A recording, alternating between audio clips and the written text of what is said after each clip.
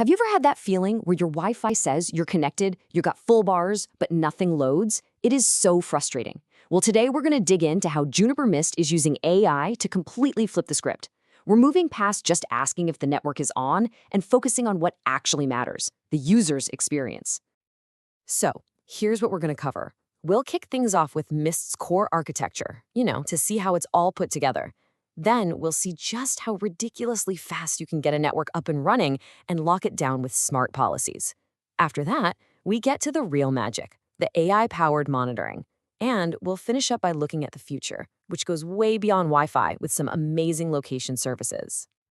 All right, first things first. Let's break down how Mist is actually built. You gotta have a strong foundation if you want to build a network that's both super powerful and, not a nightmare to manage. So at its core, Juniper Mist is a cloud platform, but the two words you really need to pay attention to are AI-driven. This isn't just about having a website to click around on. It's about using artificial intelligence to be proactive, to actually guarantee a solid connection for every single person. What this really means is the system gets rid of all that tedious, reactive troubleshooting that used to eat up a network admin's entire day. Mist makes things super simple by organizing everything in a 3-level hierarchy. Just think of it like this. At the very top, you've got the organization. That's like your company's global headquarters, making the big rules that apply everywhere. Underneath that, you have your sites. Think of these as your individual branch offices. And then at the bottom, you have the devices themselves, the actual access points in each office. This whole structure just makes managing even a massive network feel really logical. And this is a perfect example of what I'm talking about. See, here on the left, at the organization level, you're dealing with big picture stuff like RF templates and device profiles that affect your whole company. But then, on the right, when you drill down to the site level, you're configuring things like the specific Wi-Fi networks for that one location and its own unique security rules. It's this structure that makes it all click. Okay, so this all sounds great, but how hard is it to actually get it up and running? You're probably going to be surprised. Let's just walk through what it takes to get started. Getting a legit enterprise-grade wireless network online is honestly incredibly simple. It all comes down to these 3 little steps. Let's just go through them right now and see how quick it is. First up, pretty standard stuff. You just create your main account for your whole organization right here on the Mist portal. You're in, just like that. All right, step 2, you make a site. Remember that hierarchy we talked about? A site is just a physical location. You pop in an address, set the time zone, and boom, Mist now has a place on the map to manage. And last but not least, step 3 is creating the WLAN. That's just the fancy term for the SSID, the Wi-Fi network name that you actually see on your phone. And just like that, with top-notch security like WPA3 ready to go, you have literally gone from nothing to a secure, enterprise-ready wireless network in just a few minutes. It's pretty wild. Okay, so people are connected. Fantastic. But now comes the real work, controlling what they can actually see and do. This is where Mist gets really, really smart with what it calls access policies. I mean, this is the classic challenge for any network admin, right?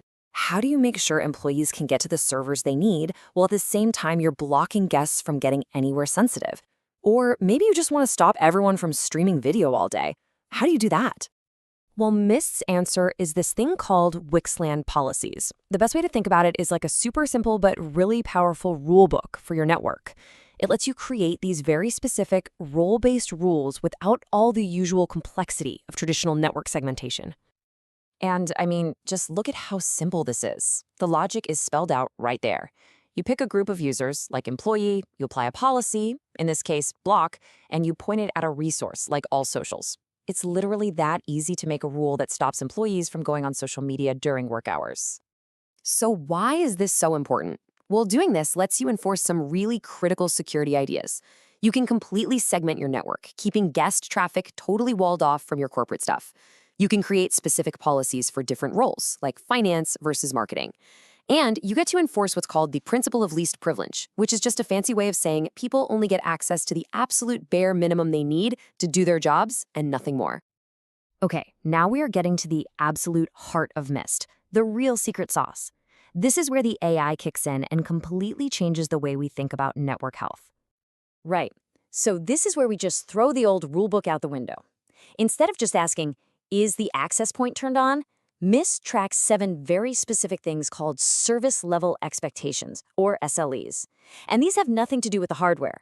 They are all about measuring one thing: what the user is actually experiencing on the network. And this is the fundamental shift in mindset right here. Old school monitoring tools, they just tell you if a device has a little green light on it. Mist tells you if the user is having a green light experience. Are their connections fast? Is their throughput good? Is their Zoom call going to drop? That's what actually matters. And this is how it all ties together. This chart is an amazing look at the level of detail that AI is tracking. For instance, just follow this successful connects path on the left. The AI doesn't just give you a pass or fail. It tells you why something failed. Was it an authorization problem? Was it a DHCP issue where a device couldn't get an address? Or maybe a DNS failure? It pinpoints the exact root cause, which saves network admins hours of guesswork. Now, of course, to get that kind of amazing performance that the AI is measuring, the tech underneath has to be solid. And that's where things like Wi-Fi 6E come in. By adding this brand new, exclusive 6 GHz band, it's like opening up a private superhighway for your newest devices with way less traffic. This is what lets the Mist AI not just promise a great user experience, but actually deliver it and then prove it with real data. And finally, let's zoom out a bit and look beyond just Wi-Fi. Because the very same Mist infrastructure you're using for connectivity can do something so much bigger. It can understand physical space through location services. Using this patented virtual Bluetooth technology, the access points can do some truly incredible things. I mean, think about having an app that gives you turn-by-turn directions inside a huge hospital, or a system that shows you the exact real-time location of a critical piece of equipment in a giant warehouse. You can analyze foot traffic in a store to see where people go, or even do contact tracing for employee safety. The possibilities are just massive. So here it is, the big takeaway. Juniper Mist isn't just about fixing bad Wi-Fi, it completely changes what your network is for. It goes from being a simple utility, just a cost of doing business, into this powerful sensory grid that gives you real, actionable business intelligence. It tells you not just if people are connected, but how your physical spaces are actually being used. And that really brings us to the big final question. For decades, the only thing we ever asked about a network was, is it on? But now, a network can understand context, it can understand location, it can understand experience. So the question isn't about fixing what's broken anymore. The question is, when your network is finally truly intelligent, what are you going to build next?